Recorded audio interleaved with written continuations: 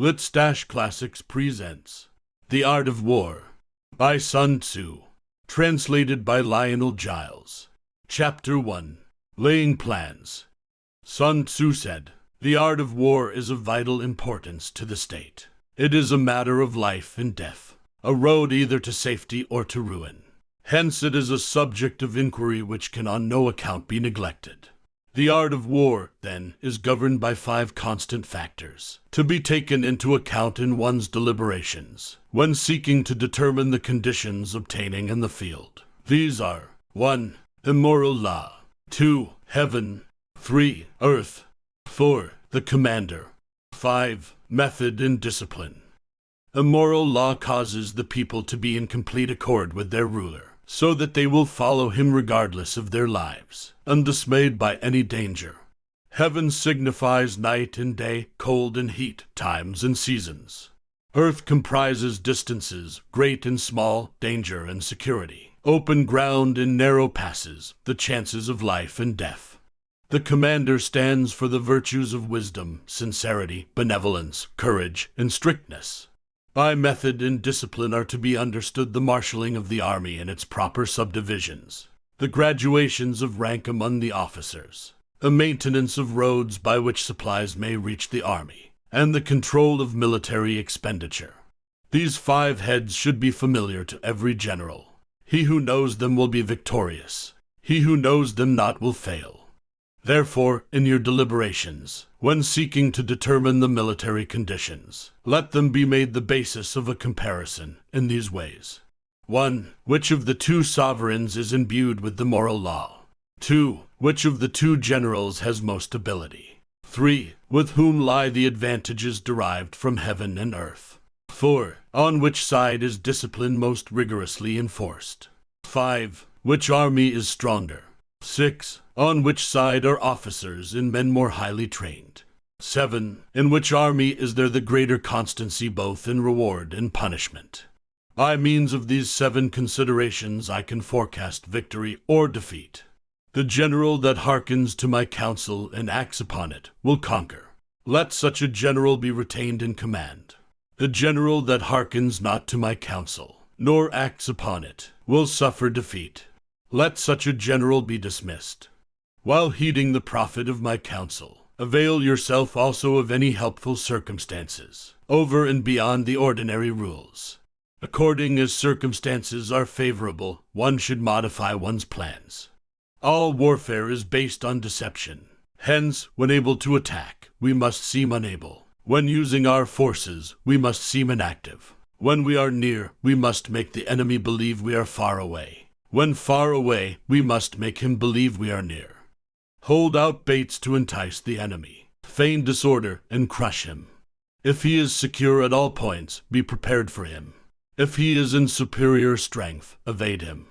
If your opponent is of choleric temper, seek to irritate him. Pretend to be weak, that he may grow arrogant. If he is taking his ease, give him no rest. If his forces are united, separate them. Attack him where he is unprepared, appear where you are not expected. These military devices, leading to victory, must not be divulged beforehand. The general who wins a battle makes many calculations in his temple before the battle is fought. The general who loses a battle makes but few calculations beforehand. Thus do many calculations lead to victory, and few calculations to defeat. How much more no calculation at all? It is by attention to this point that I can foresee who is likely to win or lose. Chapter 2. Waging War. Sun Tzu said, "In the operations of war, where there are in the field 1,000 swift chariots, as many heavy chariots, and 100,000 mail-clad soldiers, with provisions enough to carry them 1,000 lie. The expenditure at home and at the front, including entertainment of guests, small items such as glue and paint, and some spent on chariots and armor, will reach the total of 1,000 ounces of silver per day. Such is the cost of raising an army of 100,000 men. When you engage in actual fighting, if victory is long in coming, then men's weapons will grow dull and their ardor will be damped. If you lay siege to a town, you will exhaust your strength. Again, if the campaign is protracted, the resources of the state will not be equal to the strain. Now, when your weapons are dulled, your ardor damped, your strength exhausted, and your treasure spent, other chieftains will spring up to take advantage of your extremity. Then no man, however wise, will be able to avert the consequences that must ensue. Thus, though we have heard of stupid haste in war, cleverness has never been seen associated with long delays. There is no instance of a country having benefited from prolonged warfare. It is only one who is thoroughly acquainted with the evils of war that can thoroughly understand the profitable way of carrying it on. The skillful soldier does not raise a second levy, neither are his supply wagons loaded more than twice. Bring war material with you from home, but forage on the enemy. Thus the army will have food enough for its needs. Poverty of the state treasury causes an army to be maintained by contributions from a distance. Contributing to maintain an army at a distance causes the people to be impoverished. On the other hand, the proximity of an army causes prices to go up, and high prices cause the people's substance to be drained away. When their substance is drained away, the peasantry will be afflicted by heavy exactions. With this loss of substance and exhaustion of strength, the homes of the people will be stripped bare, and 3/10 of their income will be dissipated, while government expenses for broken chariots, worn-out horses, breastplates and helmets, bows and arrows, spears and shields, protective mantles, draft oxen and heavy wagons, will amount to 4/10 of its total revenue. Hence a wise general makes a point of foraging on the enemy. 1 cartload of the enemy's provisions is equivalent to 20 of one's own, and likewise a single pickle of his provender is equivalent to 20 from one's own store. Now, in order to kill the enemy, our men must be roused to anger, that there may be advantage from defeating the enemy. They must have their rewards.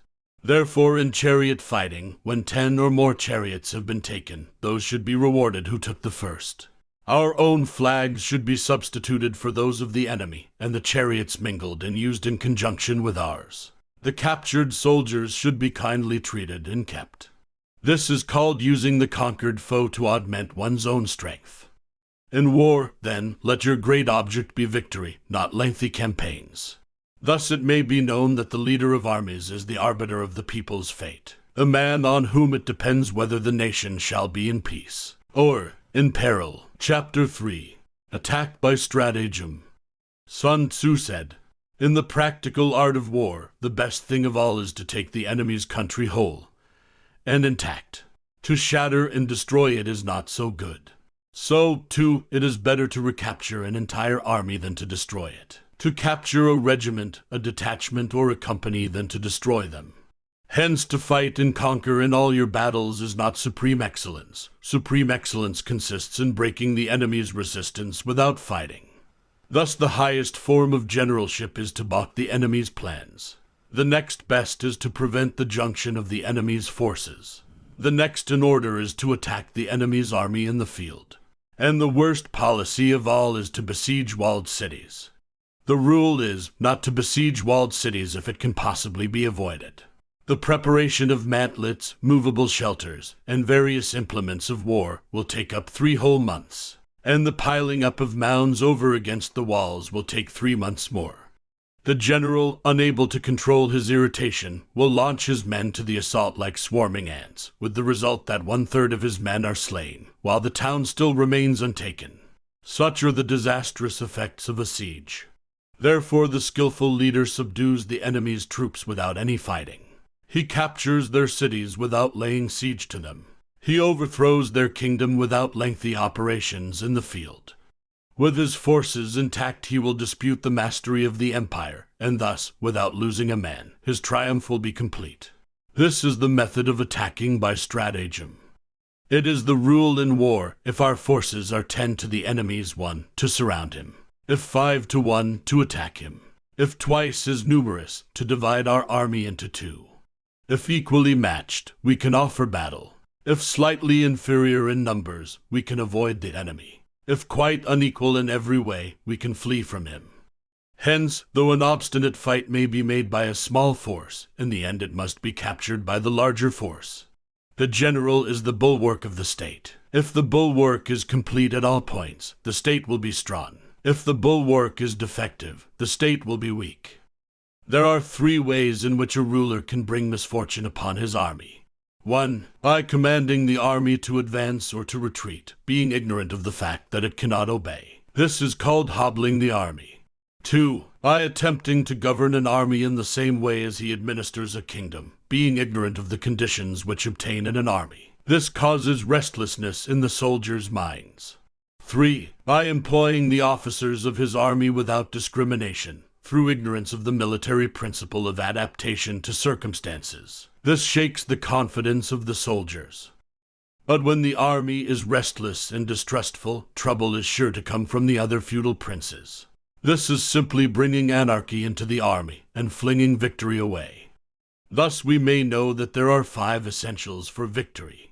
1. He will win who knows when to fight and when not to fight. 2. He will win who knows how to handle both superior and inferior forces. 3. He will win whose army is animated by the same spirit throughout all its ranks. 4. He will win who, prepared himself, waits to take the enemy unprepared. 5. He will win who has military capacity and is not interfered with by the sovereign. Hence the saying, if you know the enemy and know yourself, you need not fear the result of 100 battles. If you know yourself but not the enemy, for every victory gained you will also suffer a defeat. If you know neither the enemy nor yourself, you will succumb in every battle. Chapter 4. Tactical Dispositions. Sun Tzu said, "The good fighters of old first put themselves beyond the possibility of defeat, and then waited for an opportunity of defeating the enemy. To secure ourselves against defeat lies in our own hands, but the opportunity of defeating the enemy is provided by the enemy himself." Thus the good fighter is able to secure himself against defeat, but cannot make certain of defeating the enemy. Hence the saying, one may know how to conquer without being able to do it.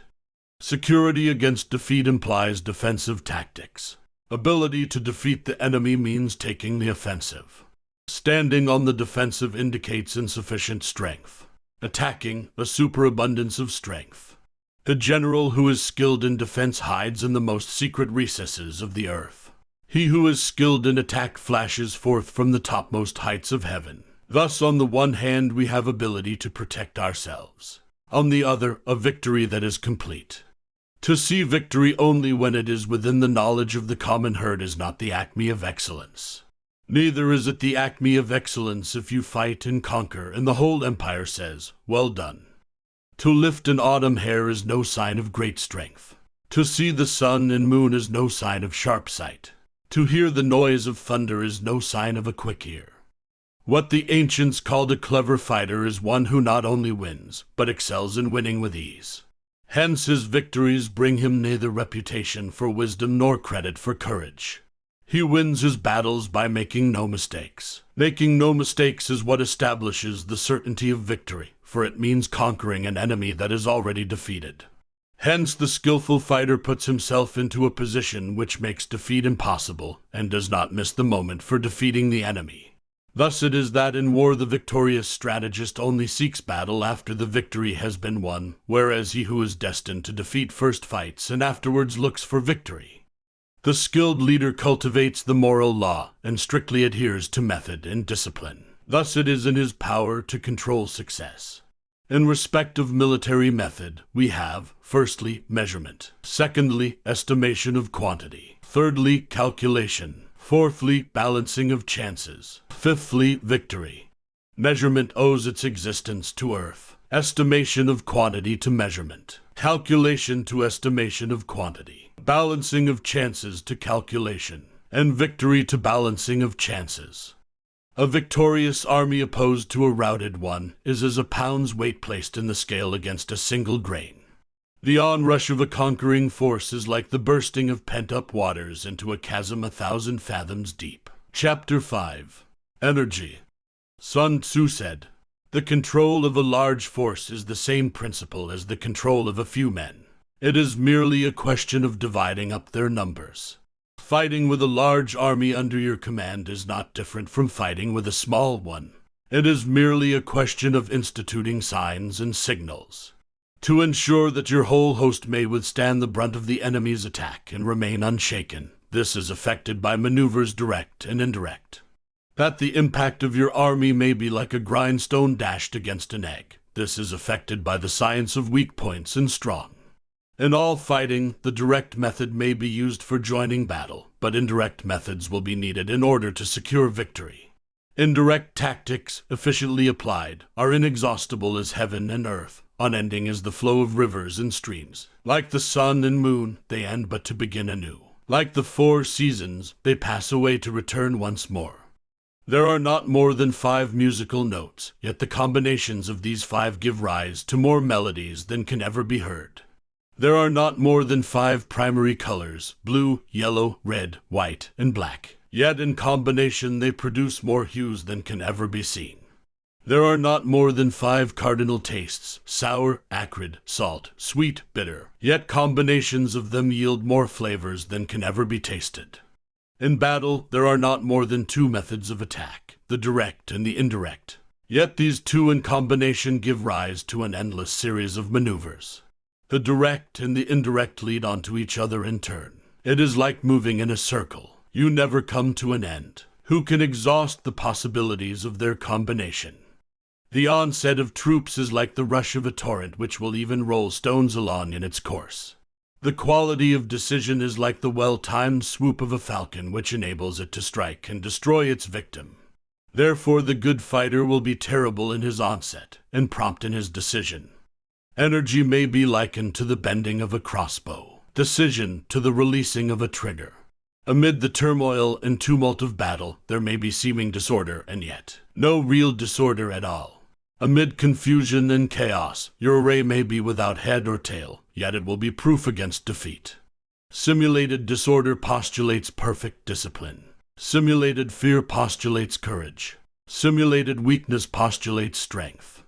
Hiding order beneath the cloak of disorder is simply a question of subdivision. Concealing courage under a show of timidity presupposes a fund of latent energy. Masking strength with weakness is to be effected by tactical dispositions. Thus, one who is skillful at keeping the enemy on the move maintains deceitful appearances, according to which the enemy will act. He sacrifices something that the enemy may snatch at it. By holding out baits, he keeps him on the march. Then with a body of picked men he lies in wait for him. The clever combatant looks to the effect of combined energy and does not require too much from individuals. Hence his ability to pick out the right men and utilize combined energy. When he utilizes combined energy, his fighting men become like rolling logs or stones. For it is the nature of a log or stone to remain motionless on level ground, and to move when on a slope. If 4-cornered, to come to a standstill, but if round-shaped, to go rolling down. Thus the energy developed by good fighting men is as the momentum of a round stone rolled down a mountain thousands of feet in height. So much on the subject of energy. Chapter 6. Weak Points and Strong. Sun Tzu said, "Whoever is first in the field and awaits the coming of the enemy will be fresh for the fight. Whoever is second in the field and has to hasten to battle will arrive exhausted." Therefore the clever combatant imposes his will on the enemy, but does not allow the enemy's will to be imposed on him. By holding out advantages to him, he can cause the enemy to approach of his own accord. Or, by inflicting damage, he can make it impossible for the enemy to draw near. If the enemy is taking his ease, he can harass him. If well supplied with food, he can starve him out. If quietly encamped, he can force him to move. Appear at points which the enemy must hasten to defend. March swiftly to places where you are not expected. An army may march great distances without distress if it marches through country where the enemy is not. You can be sure of succeeding in your attacks if you only attack places which are undefended. You can ensure the safety of your defense if you only hold positions that cannot be attacked. Hence that general is skillful in attack whose opponent does not know what to defend, and he is skillful in defense whose opponent does not know what to attack. O divine art of subtlety and secrecy! Through you we learn to be invisible, through you inaudible, and hence we can hold the enemy's fate in our hands. You may advance and be absolutely irresistible if you make for the enemy's weak points. You may retire and be safe from pursuit if your movements are more rapid than those of the enemy. If we wish to fight, the enemy can be forced to an engagement even though he be sheltered behind a high rampart and a deep ditch. All we need do is attack some other place that he will be obliged to relieve. If we do not wish to fight, we can prevent the enemy from engaging us even though the lines of our encampment be merely traced out on the ground. All we need do is to throw something odd and unaccountable in his way. By discovering the enemy's dispositions and remaining invisible ourselves, we can keep our forces concentrated while the enemy's must be divided. We can form a single united body while the enemy must split up into fractions. Hence there will be a whole pitted against separate parts of a whole, which means that we shall be many to the enemy's few. And if we are able thus to attack an inferior force with a superior one, our opponents will be in dire straits. The spot where we intend to fight must not be made known, for then the enemy will have to prepare against a possible attack at several different points, and his forces being thus distributed in many directions, the numbers we shall have to face at any given point will be proportionately few. For should the enemy strengthen his vanguard, he will weaken his rear. Should he strengthen his rear, he will weaken his vanguard. Should he strengthen his left, he will weaken his right. Should he strengthen his right, he will weaken his left. If he sends reinforcements everywhere, he will everywhere be weak. Numerical weakness comes from having to prepare against possible attacks. Numerical strength from compelling our adversary to make these preparations against us. Knowing the place and the time of the coming battle, we may concentrate from the greatest distances in order to fight. But if neither time nor place be known, then the left wing will be impotent to succor the right equally impotent to succor the left, the vanguard unable to relieve the rear, or the rear to support the vanguard. How much more so if the furthest portions of the army are anything under 100 li apart, and even the nearest are separated by several li. Though according to my estimate the soldiers of UA exceed our own in number, that shall advantage them nothing in the matter of victory. I say then that victory can be achieved. Though the enemy be stronger in numbers, we may prevent him from fighting. Scheme so as to discover his plans and the likelihood of their success. Rouse him and learn the principle of his activity or inactivity. Force him to reveal himself so as to find out his vulnerable spots. Carefully compare the opposing army with your own so that you may know where strength is superabundant and where it is deficient. In making tactical dispositions, the highest pitch you can attain is to conceal them. Conceal your dispositions, and you will be safe from the prying of the subtlest spies, from the machinations of the wisest brains. How victory may be produced for them out of the enemy's own tactics, that is what the multitude cannot comprehend. All men can see the tactics whereby I conquer, but what none can see is the strategy out of which victory is evolved. Do not repeat the tactics which have gained you one victory, but let your methods be regulated by the infinite variety of circumstances. Military tactics are like unto water, for water in its natural course runs away from high places and hastens downwards.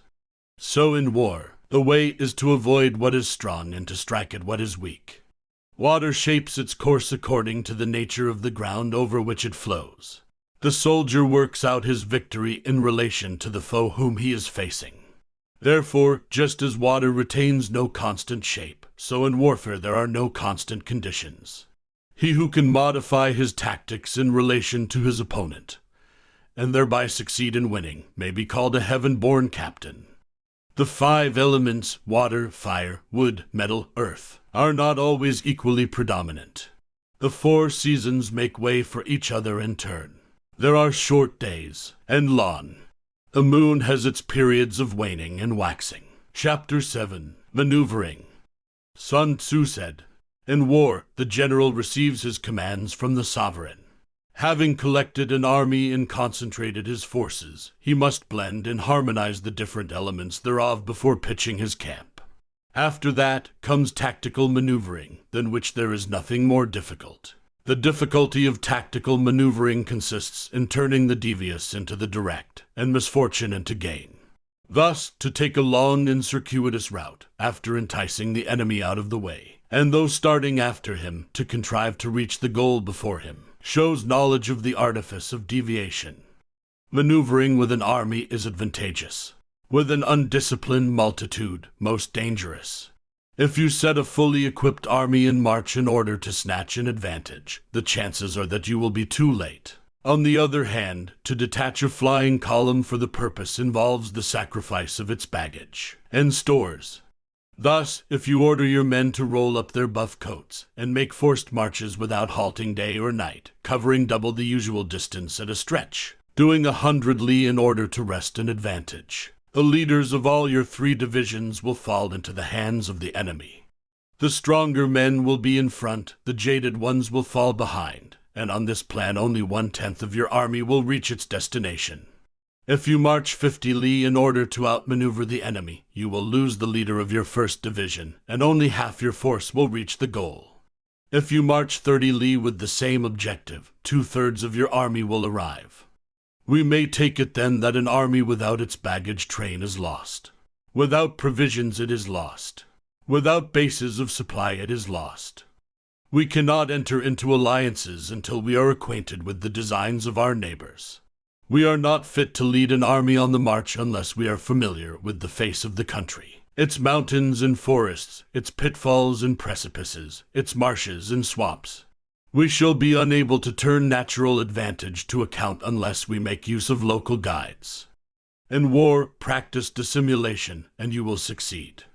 Whether to concentrate or to divide your troops must be decided by circumstances. Let your rapidity be that of the wind, your compactness that of the forest. And raiding and plundering be like fire, and immovability like a mountain. Let your plans be dark and impenetrable as night, and when you move, fall like a thunderbolt. When you plunder a countryside, let the spoil be divided amongst your men. When you capture new territory, cut it up into allotments for the benefit of the soldiery. Ponder and deliberate before you make a move. He will conquer who has learnt the artifice of deviation. Such is the art of maneuvering. The Book of Army Management says, on the field of battle, the spoken word does not carry far enough. Hence the institution of gongs and drums. Nor can ordinary objects be seen clearly enough. Hence the institution of banners and flags. Gongs and drums, banners and flags are means whereby the ears and eyes of the host may be focused on one particular point. A host thus forming a single united body, it is impossible for either the brave to advance alone, or for the cowardly to retreat alone. This is the art of handling large masses of men. In night fighting, then, make much use of signal fires and drums, and in fighting by day of flags and banners, as a means of influencing the ears and eyes of your army. A whole army may be robbed of its spirit. A commander-in-chief may be robbed of his presence of mind. A soldier's spirit is keenest in the morning. By noonday it has begun to flag, and in the evening his mind is bent only on returning to camp. A clever general, therefore, avoids an army when its spirit is keen, but attacks it when it is sluggish and inclined to return. This is the art of studying moods. Disciplined and calm, to await the appearance of disorder and hubbub amongst the enemy. This is the art of retaining self-possession. To be near the goal while the enemy is still far from it. To wait at ease while the enemy is toiling and struggling. To be well fed while the enemy is famished. This is the art of husbanding one's strength. To refrain from intercepting an enemy whose banners are in perfect order. To refrain from attacking an army drawn up in calm and confident array. This is the art of studying circumstances. It is a military axiom not to advance uphill against the enemy, nor to oppose him when he comes downhill. Do not pursue an enemy who simulates flight. Do not attack soldiers whose temper is keen. Do not swallow bait offered by the enemy. Do not interfere with an army that is returning home. When you surround an army, leave an outlet free. Do not press a desperate foe too hard. Such is the art of warfare. Chapter 8. Variation in Tactics. Sun Tzu said, in war, the general receives his commands from the sovereign, collects his army, and concentrates his forces. When in difficult country, do not encamp. In country where high roads intersect, join hands with your allies. Do not linger in dangerously isolated positions. In hemmed-in situations, you must resort to stratagem. In desperate position, you must fight. There are roads which must not be followed, armies which must not be attacked, towns which must be besieged, positions which must not be contested, commands of the sovereign which must not be obeyed. The general who thoroughly understands the advantages that accompany variation of tactics knows how to handle his troops. The general who does not understand these may be well acquainted with the configuration of the country, yet he will not be able to turn his knowledge to practical account. So, the student of war who is unversed in the art of war of varying his plans, even though he be acquainted with the 5 advantages, will fail to make the best use of his men. Hence, in the wise leader's plans, considerations of advantage and of disadvantage will be blended together. If our expectation of advantage be tempered in this way, we may succeed in accomplishing the essential part of our schemes. If, on the other hand, in the midst of difficulties we are always ready to seize an advantage, we may extricate ourselves from misfortune. Reduce the hostile chiefs by inflicting damage on them, and make trouble for them and keep them constantly engaged. Hold out specious allurements, and make them rush to any given point. The art of war teaches us to rely not on the likelihood of the enemy's not coming, but on our own readiness to receive him. Not on the chance of his not attacking, but rather on the fact that we have made our position unassailable.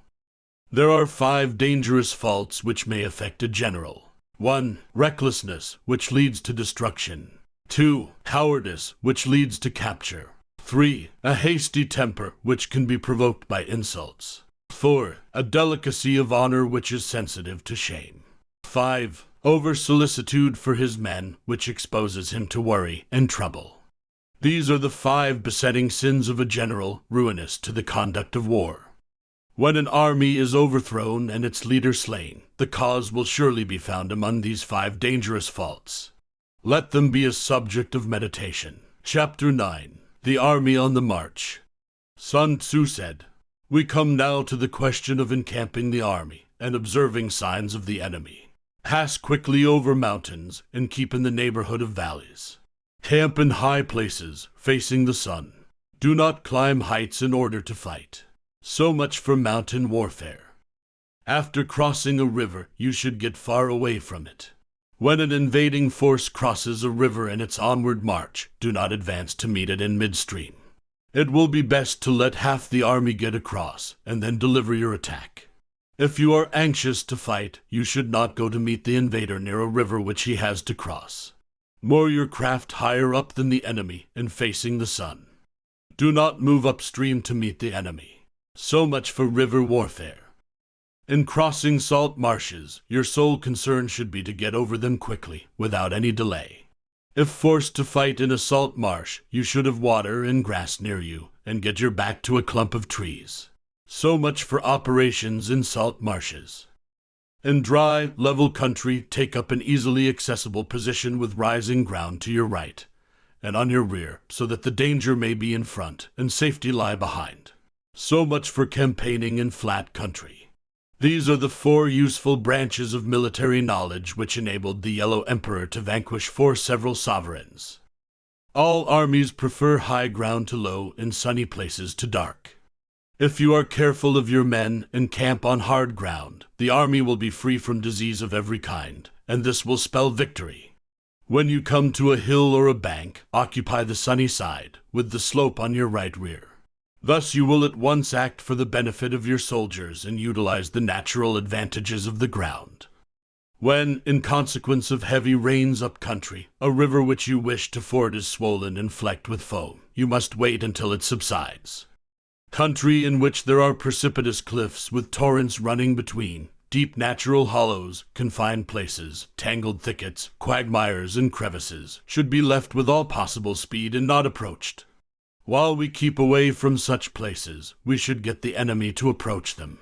While we face them, we should let the enemy have them on his rear.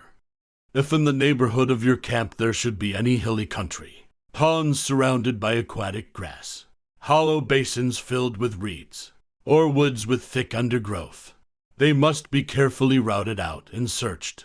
For these are places where men in ambush or insidious spies are likely to be lurking.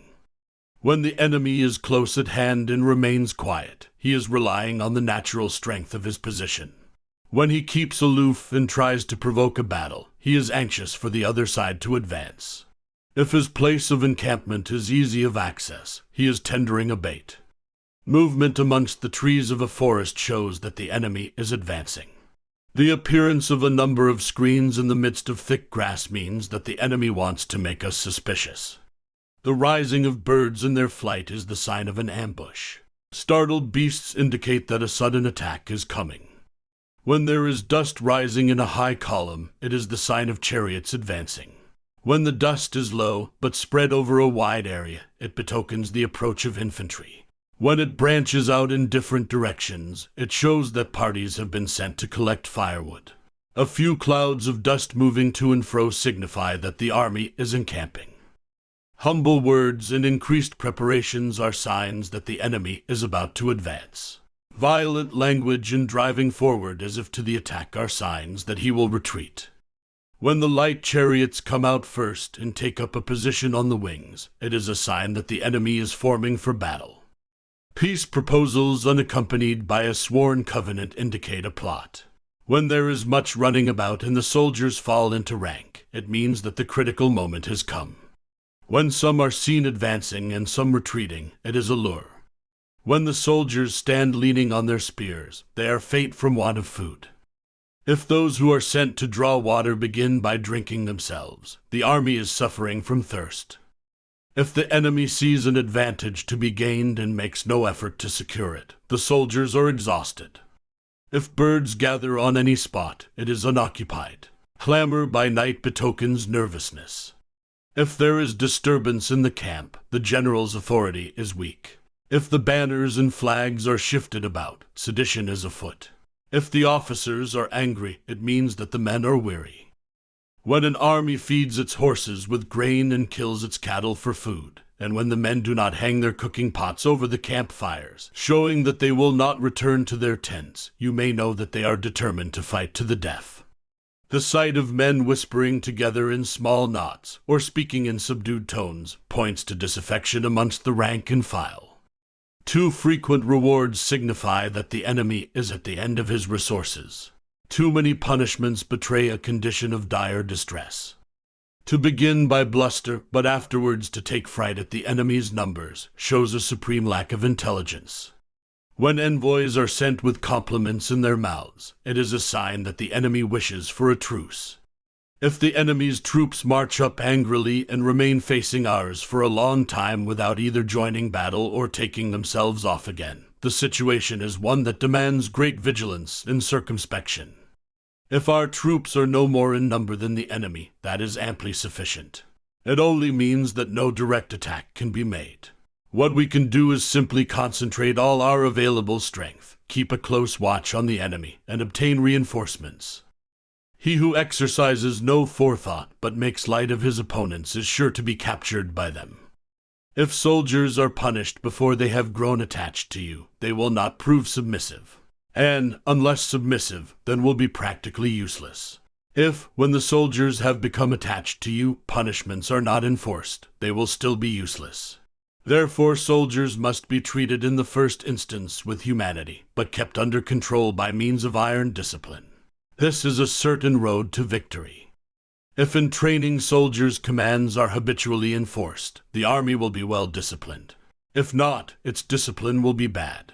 If a general shows confidence in his men but always insists on his orders being obeyed, the gain will be mutual. Chapter 10. Terrain. Sun Tzu said, "We may distinguish 6 kinds of terrain. 1. Accessible ground. 2. Entangling ground. 3. Temporizing ground. 4. Narrow passes. 5. Precipitous heights. 6. Positions at a great distance from the enemy. Ground which can be freely traversed by both sides is called accessible. With regard to ground of this nature, be before the enemy in occupying the raised and sunny spots, and carefully guard your line of supplies. Then you will be able to fight with advantage. Ground which can be abandoned but is hard to reoccupy is called entangling. From a position of this sort, if the enemy is unprepared, you may sally forth and defeat him. But if the enemy is prepared for your coming, and you fail to defeat him, then, return being impossible, disaster will ensue. When the position is such that neither side will gain by making the first move, it is called temporizing ground. In a position of this sort, even though the enemy should offer us an attractive bait, it will be advisable not to stir forth, but rather to retreat, thus enticing the enemy in his turn. Then, when part of his army has come out, we may deliver our attack with advantage. With regard to narrow passes, if you can occupy them first, let them be strongly garrisoned and await the advent of the enemy. Should the army forestall you in occupying a pass, do not go after him if the pass is fully garrisoned, but only if it is weakly garrisoned. With regard to precipitous heights, if you are beforehand with your adversary, you should occupy the raised and sunny spots, and there wait for him to come up. If the enemy has occupied them before you, do not follow him, but retreat and try to entice him away. If you are situated at a great distance from the enemy, and the strength of the two armies is equal, it is not easy to provoke a battle, and fighting will be to your disadvantage. These 6 are the principles connected with earth. The general who has attained a responsible post must be careful to study them. An army is exposed to 6 calamities, not arising from natural causes, but from faults for which the general is responsible. These are 1. Flight, 2. Insubordination, 3. Collapse, 4. Ruin, 5. Disorganization, 6. Rout. Other conditions being equal, if one force is hurled against another 10 times its size, the result will be the flight of the former. When the common soldiers are too strong and their officers too weak, the result is insubordination. When the officers are too strong and the common soldiers too weak, the result is collapse. When the higher officers are angry and insubordinate, and on meeting the enemy give battle on their own account from a feeling of resentment, before the commander-in-chief can tell whether or not he is in a position to fight, the result is ruin. When the general is weak and without authority, when his orders are not clear and distinct, when there are no fixed duties assigned to officers and men, and the ranks are formed in a slovenly haphazard manner, the result is utter disorganization. When a general, unable to estimate the enemy's strength, allows an inferior force to engage a larger one, or hurls a weak detachment against a powerful one, and neglects to place picked soldiers in the front rank, the result must be rout. These are 6 ways of courting defeat, which must be carefully noted by the general who has attained a responsible post. The natural formation of the country is the soldier's best ally. But a power of estimating the adversary, of controlling the forces of victory, and of shrewdly calculating difficulties, dangers, and distances, constitutes the test of a great general. He who knows these things, and in fighting puts his knowledge into practice, will win his battles. He who knows them not, nor practices them, will surely be defeated. If fighting is sure to result in victory, then you must fight, even though the ruler forbid it. If fighting will not result in victory, then you must not fight even at the ruler's bidding.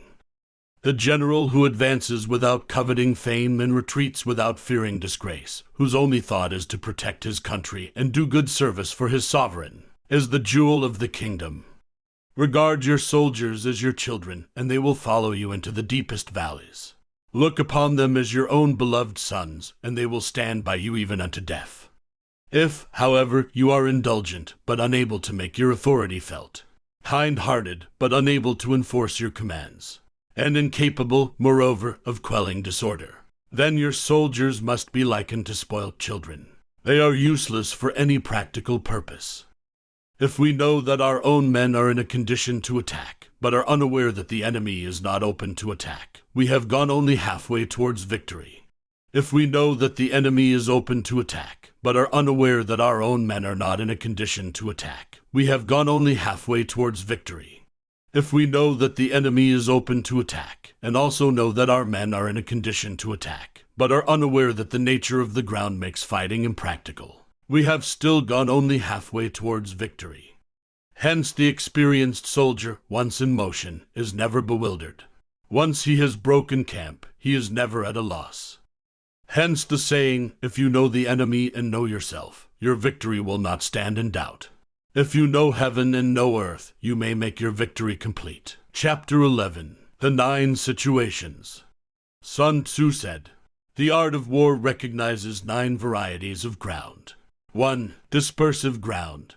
2. Facile ground. 3. Contentious ground. 4. Open ground. 5. Ground of intersecting highways. 6. Serious ground. 7. Difficult ground. 8. Hemmed-in ground. 9. Desperate ground. When a chieftain is fighting in his own territory, it is dispersive ground. When he has penetrated into hostile territory, but to no great distance, it is facile ground. Ground the possession of which imports great advantage to either side is contentious ground. Ground on which each side has liberty of movement is open ground. Ground which forms the key to 3 contiguous states, so that he who occupies it first has most of the empire at his command, is a ground of intersecting highways. When an army has penetrated into the heart of a hostile country, leaving a number of fortified cities in its rear, it is serious ground. Mountain forests, rugged steeps, marshes, and fens, all country that is hard to traverse. This is difficult ground. Ground which is reached through narrow gorges, and from which we can only retire by tortuous paths, so that a small number of the enemy would suffice to crush a large body of our men. This is hemmed-in ground. Ground on which we can only be saved from destruction by fighting without delay is desperate ground. On dispersive ground, therefore, fight not. On facile ground, halt not. On contentious ground, attack not. On open ground, do not try to block the enemy's way. On the ground of intersecting highways, join hands with your allies. On serious ground, gather in plunder. In difficult ground, keep steadily on the march. On hemmed-in ground, resort to stratagem. On desperate ground, fight. Those who were called skillful leaders of old knew how to drive a wedge between the enemy's front and rear, to prevent cooperation between his large and small divisions, to hinder the good troops from rescuing the bad, the officers from rallying their men. When the enemy's men were united, they managed to keep them in disorder. When it was to their advantage, they made a forward move. When otherwise, they stopped still. If asked how to cope with a great host of the enemy in orderly array, and on the point of marching to the attack, I should say, begin by seizing something which your opponent holds dear. Then he will be amenable to your will. Rapidity is the essence of war. Take advantage of the enemy's unreadiness, make your way by unexpected routes, and attack unguarded spots. The following are the principles to be observed by an invading force. The further you penetrate into a country, the greater will be the solidarity of your troops, and thus the defenders will not prevail against you. Make forays in fertile country in order to supply your army with food. Carefully study the well-being of your men, and do not overtax them. Concentrate your energy and hoard your strength. Keep your army continually on the move, and devise unfathomable plans. Throw your soldiers into positions whence there is no escape, and they will prefer death to flight. If they will face death, there is nothing they may not achieve. Officers and men alike will put forth their utmost strength. Soldiers, when in desperate straits, lose the sense of fear. If there is no place of refuge, they will stand firm. If they are in hostile country, they will show a stubborn front. If there is no help for it, they will fight hard. Thus, without waiting to be marshaled, the soldiers will be constantly on alert. Without waiting to be asked, they will do your will. Without restrictions, they will be faithful. Without giving orders, they can be trusted. Prohibit the taking of omens, and do away with superstitious doubts. Then, until death itself comes, no calamity need be feared. If our soldiers are not overburdened with money, it is not because they have a distaste for riches. If their lives are not unduly long, it is not because they are disinclined to longevity. On the day they are ordered out to battle, your soldiers may weep, those sitting up bedewing their garments, and those lying down letting the tears run down their cheeks. But let them once be brought to bay, and they will display the courage of a Chu or a Kui. The skillful tactician may be likened to the Shuai-Jan. The Shuai-Jan is a snake that is found in the Chun Mountains. Strike at its head, and you will be attacked by its tail. Strike at its tail, and you will be attacked by its head. Strike at its middle, and you will be attacked by head and tail both. Asked if an army can be made to imitate the Shuai-Jan, I should answer yes. For the men of Wu and the men of Yue are enemies. Yet if they are crossing a river in the same boat and are caught by a storm, they will come to each other's assistance just as the left hand helps the right. Hence it is not enough to put one's trust in the tethering of horses and the burying of chariot wheels in the ground. The principle on which to manage an army is to set up one standard of courage which all must reach. How to make the best of both strong and weak. That is a question involving the proper use of ground. Thus the skillful general conducts his army just as though he were leading a single man, willy-nilly, by the hand. It is the business of a general to be quiet, and thus ensure secrecy, upright and just, and thus maintain order. He must be able to mystify his officers and men by false reports and appearances, and thus keep them in total ignorance. By altering his arrangements and changing his plans, he keeps the enemy without definite knowledge. By shifting his camp and taking circuitous routes, he prevents the enemy from anticipating his purpose. At the critical moment, the leader of an army acts like one who has climbed up a height, and then kicks away the ladder behind him. He carries his men deep into hostile territory before he shows his hand. He burns his boats and breaks his cooking pots. Like a shepherd driving a flock of sheep, he drives his men about, and no one knows where he is going. To muster his host and bring it into danger. This may be termed the business of the general. The different measures suited to the 9 varieties of ground. The expediency of aggressive or defensive tactics, and the fundamental laws of human nature. These are things that must most certainly be studied. When invading hostile territory, the general principle is that penetrating deeply brings cohesion. Penetrating but a short way means dispersion.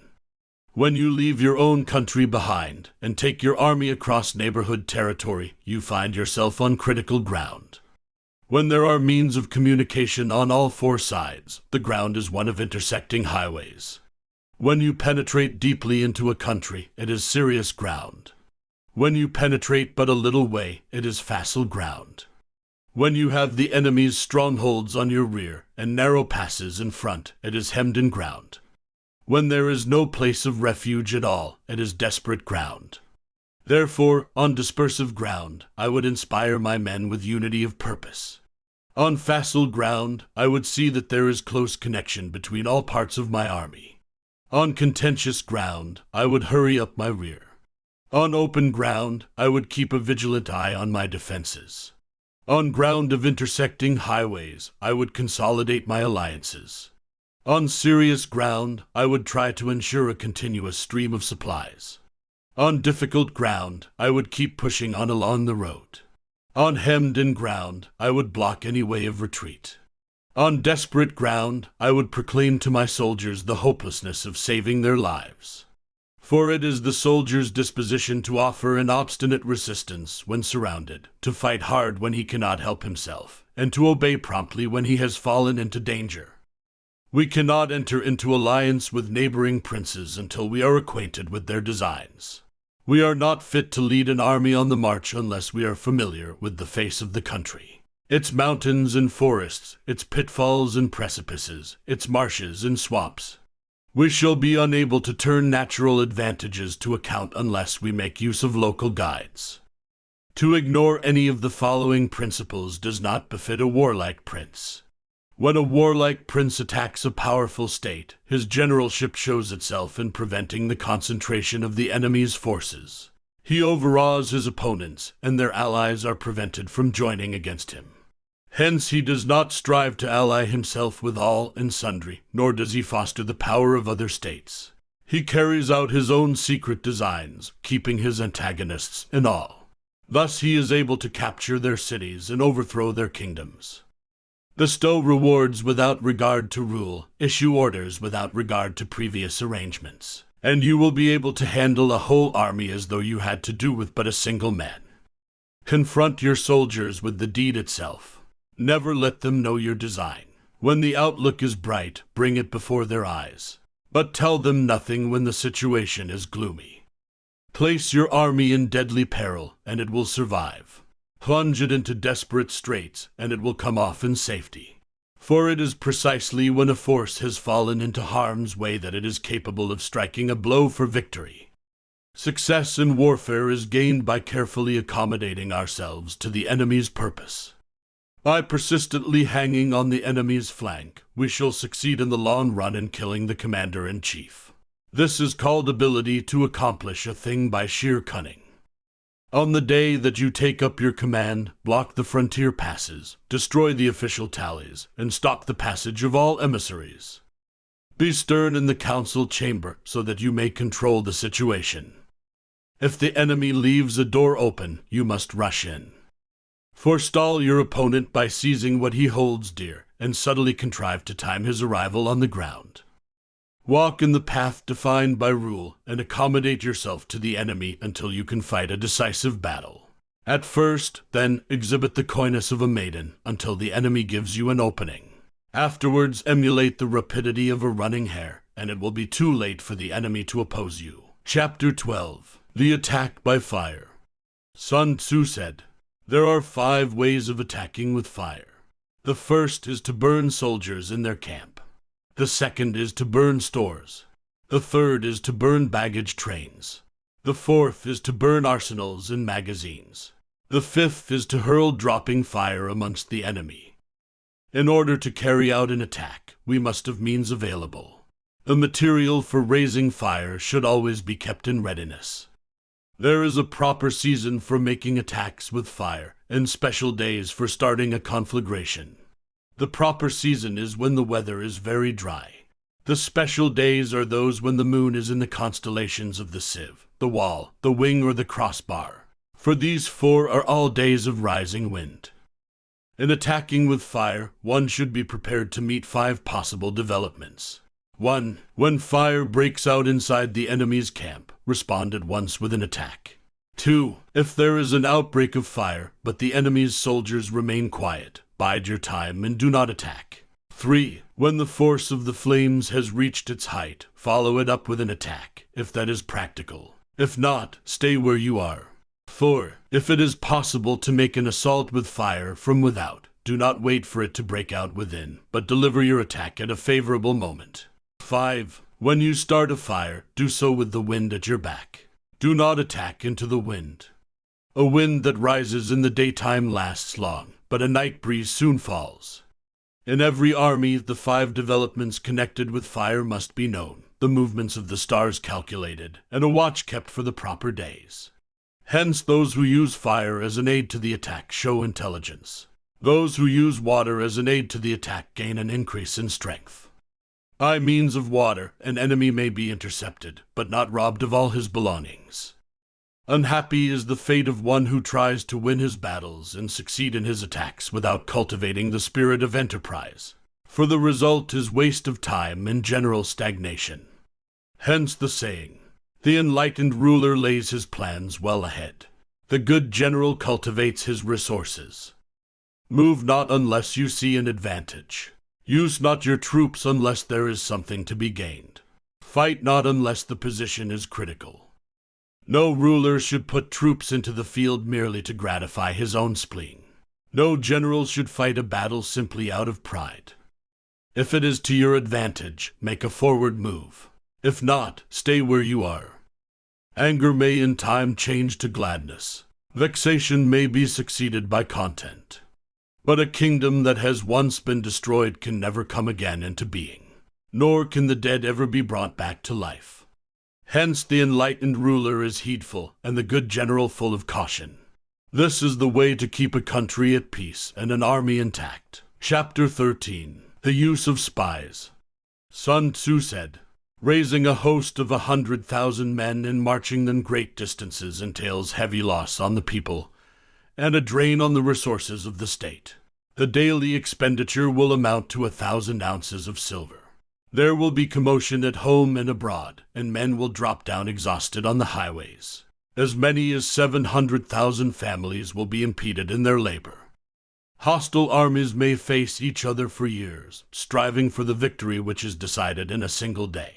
This being so, to remain in ignorance of the enemy's condition simply because one begrudges the outlay of 100 ounces of silver in compensation is the height of inhumanity. One who acts thus is no leader of men, no present help to his sovereign, no master of victory. Thus, what enables the wise sovereign and the good general to strike and conquer, and achieve things beyond the reach of ordinary men, is foreknowledge. Now this foreknowledge cannot be elicited from spirits. It cannot be obtained inductively from experience, nor by any deductive calculation. Knowledge of the enemy's dispositions can only be obtained from other men. Hence the use of spies, of whom there are 5 classes: local spies, inward spies, converted spies, doomed spies, and surviving spies. When these 5 kinds of spy are all at work, none can discover the secret system. This is called divine manipulation of the threads. It is the sovereign's most precious faculty. Having local spies means employing the services of the inhabitants of a district. Having inward spies, making use of officials of the enemy. Having converted spies, getting hold of the enemy's spies and using them for our own purposes. Having doomed spies, doing certain things openly for purposes of deception, and allowing our spies to know of them and report them to the enemy. Surviving spies, finally, are those who bring back news from the enemy's camp. Hence it is that which none in the whole army are more intimate relations to be maintained than with spies. None should be more liberally rewarded. In no other business should greater secrecy be preserved. Spies cannot be usefully employed without a certain intuitive discernment. They cannot be properly managed without benevolence and straightforwardness. Without subtle ingenuity of mind, one cannot make certain of the truth of their reports. Be subtle, and use your spies for every kind of business. If a secret piece of news is divulged by a spy before the time is ripe, he must be put to death together with the man to whom the secret was told. Whether the object be to crush an army, to storm a city, or to assassinate an individual, it is always necessary to begin by finding out the names of the attendants, military aides, and doorkeepers and sentries of the general in command. Our spies must be commissioned to ascertain these. The enemy's spies who have come to spy on us must be sought out, tempted with bribes, led away and comfortably housed. Thus they will become converted spies and available for our service. It is through the information brought by the converted spy that we are able to acquire and employ local and inward spies. It is owing to his information, again, that we can cause the doomed spy to carry false tidings to the enemy. Lastly, it is by his information that the surviving spy can be used on appointed occasions. The end and aim of spying in all its 5 varieties is knowledge of the enemy. And this knowledge can only be derived, in the first instance, from the converted spy. Hence it is essential that the converted spy be treated with the utmost liberality. Of old, the rise of the Yin dynasty was due to Ai Chi, who had served under the Xia. Likewise, the rise of the Chu dynasty was due to Liu, who had served under the Yin. Hence it is only the enlightened ruler and the wise general who will use the highest intelligence of the army for purposes of spying, and thereby they achieve great results. Spies are a most important element in water, because on them depends an army's ability to move. Thank you for listening to Lit-Classics presentation of The Art of War by Sun Tzu. Please like and subscribe for more essential literature.